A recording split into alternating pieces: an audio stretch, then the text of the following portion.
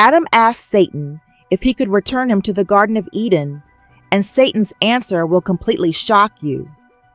This chapter also uncovers the hidden truths about what happens in the spiritual realm during fasting and prayer. Welcome back to our deep dive into the book of Adam and Eve.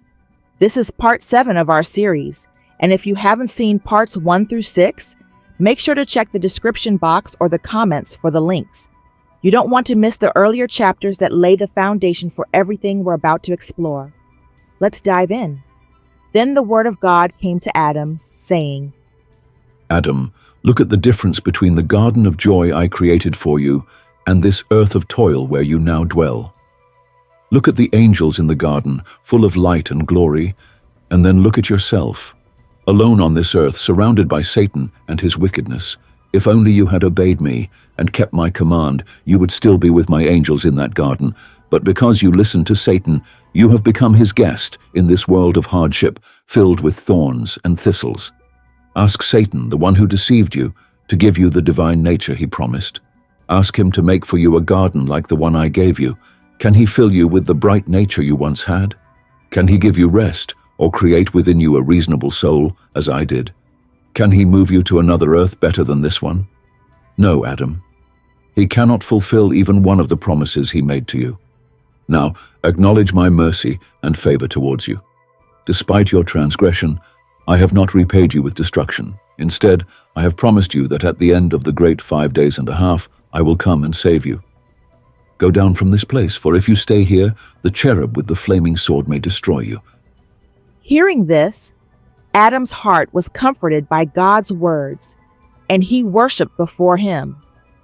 God then commanded his angels to escort Adam and Eve back to their cave, not in fear, but with joy. The angels sang songs and psalms as they led Adam and Eve down the mountain. Once they arrived at the cave, the angels comforted and strengthened them before returning to heaven. But no sooner had the angels departed than Satan, filled with the shame, came to the entrance of the cave. He called out to Adam, saying, Adam, come here. Let me speak to you. Thinking it was one of God's angels, Adam came out of the cave, eager to receive what he believed would be good counsel. When Adam came out of the cave and saw the hideous figure of Satan, he was filled with fear and asked, Who are you? Satan answered, It is I, the one who hid myself within the serpent and spoke to Eve. I deceived her with my words until she listened to me. I am the one who led her to trick you, and together you both disobeyed God and ate from the forbidden tree, leaving his command. Hearing this, Adam confronted him and said, Can you make me a garden like the one God created for me? Can you clothe me in the bright nature I once had? Where is the divine nature you promised to give me? What about the smooth and enticing words you spoke to us in the garden? Satan replied with a chilling truth.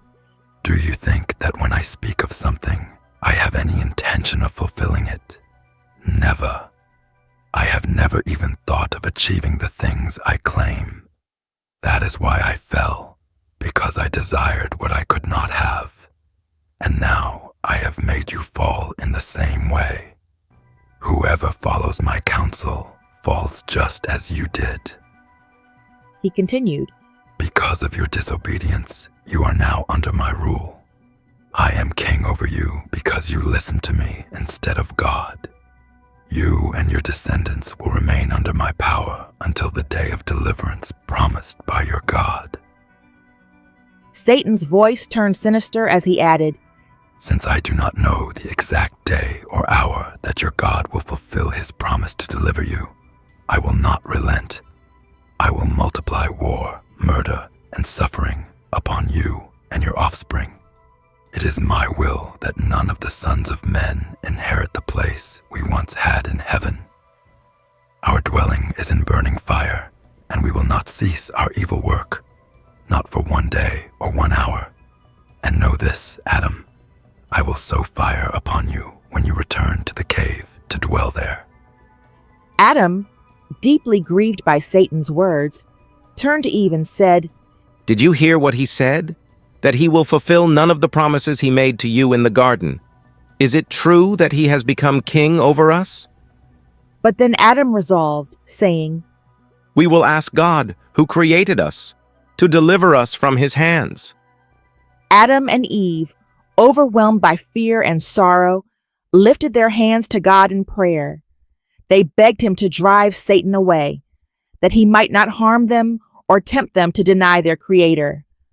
Moved by their pleas, God immediately sent an angel who drove Satan away from them.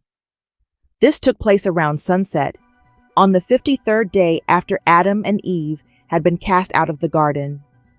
With Satan gone, Adam and Eve entered the cave, turned their faces to the ground, and prepared to pray to God. Before they began, Adam spoke to Eve, saying, You have seen the temptations we face in this land. Let us rise and ask God to forgive the sins we have committed. We will remain in prayer until the end of the 40th day, and if we die in this cave, he will save us. Together, Adam and Eve arose and poured out their hearts to God, seeking his mercy and forgiveness. They remained in the cave, steadfast in their prayers, not leaving it by day or night. Their prayers were so fervent and sincere that they rose up to God like a flame of fire. But Satan, ever the hater of all good, couldn't bear to see Adam and Eve's devotion. Seeing their determination to pray and entreat God until the end of the 40 days, he summoned his hosts and said, These two, whom we deceived, are praying night and day, asking God to deliver them and restore them to their former state. If they succeed, they will escape our hands. Let us act before it is too late. His hosts replied, The power is yours, O Lord, to do whatever you desire. With that, Satan, filled with wickedness, led his hosts into the cave on the 30th night of the 40 days. There, they attacked Adam and Eve, striking them so severely that they left them as though dead. But then the word of God came to Adam and Eve, raising them from their suffering. God spoke to Adam, saying, Be strong, and do not fear the one who has just attacked you. Adam, still shaken and in pain, wept before the Lord, saying, Oh my God, where were you that they were able to strike us with such blows and bring this suffering upon me and Eve, your handmaid? God replied, Adam, see how the one you listened to, who promised you divinity, has now become Lord over you. Where is his love for you? Where is the gift he promised? Has he ever come to comfort you, to strengthen you, or to guard you with his hosts? No, instead he has only sought to destroy you because you followed his counsel and disobeyed my commandment. Hearing this, Adam wept bitterly and said, O Lord, because I transgressed a little, you have allowed me to suffer greatly. Please deliver me from his hands, or have mercy on me and take my soul from my body in this strange and sorrowful land. God, in his wisdom, replied, If only you had prayed and sighed like this before you transgressed, you would have been spared the troubles you now face. Yet, despite Adam's sorrow, God had patience with him and allowed Adam and Eve to remain in the cave until the 40 days were fulfilled. By this time, Adam and Eve's strength had withered from fasting and praying. Their bodies, still adjusting to life outside the garden, had grown weak from hunger and thirst, as they had not eaten or drunk anything since leaving Eden. By the 40th day, they had collapsed in the cave, their strength almost entirely gone. Yet, even in their weakness, the words that escaped their mouths were only praises to God. On the 89th day, Satan came to the cave, disguised in a garment of light and wearing a bright girdle.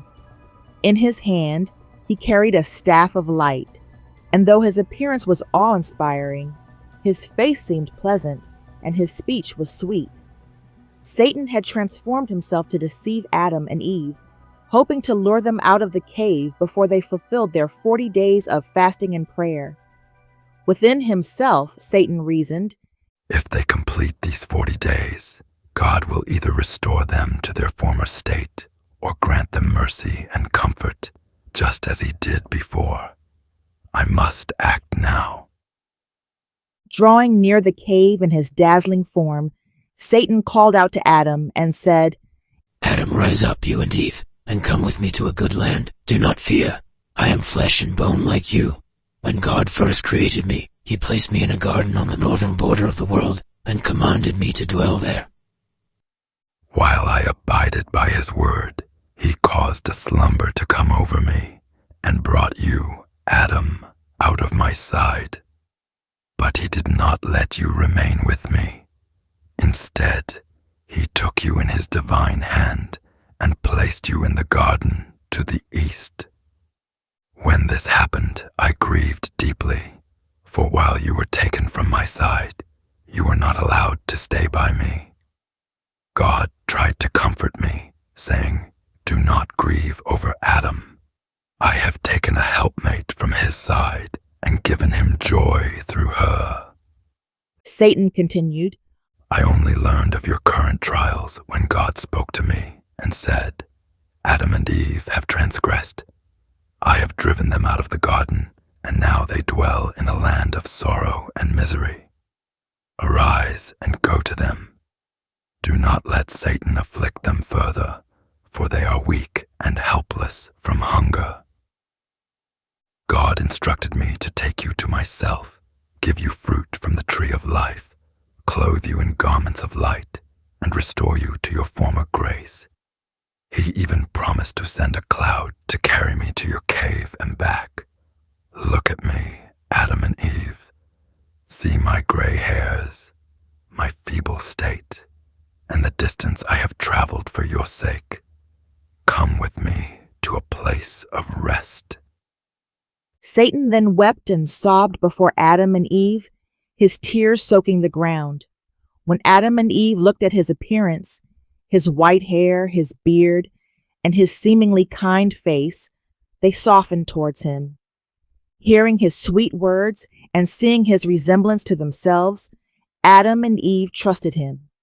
They believed his claim that they were his offspring, and their hearts were moved to follow him. Satan took Adam and Eve by the hand and began leading them out of the cave. They followed him for a short distance, unaware of his true intentions. But God, knowing what Satan was attempting, saw that he had deceived Adam and Eve and brought them out before their 40 days of fasting and prayer were complete. Satan's plan was to take them to a distant place and destroy them. Then the word of the Lord came and cursed Satan, driving him away from Adam and Eve. God spoke to Adam and Eve, asking, Why did you leave the cave and come to this place? Adam replied, O Lord, did you create another man before us? While we were in the cave, an old man appeared to us and said, I am a messenger from God, sent to bring you to a place of rest. We believed him and followed him, not knowing where he would lead us. God said to Adam, That was the father of all evil, the one who brought you and Eve out of the Garden of Delights.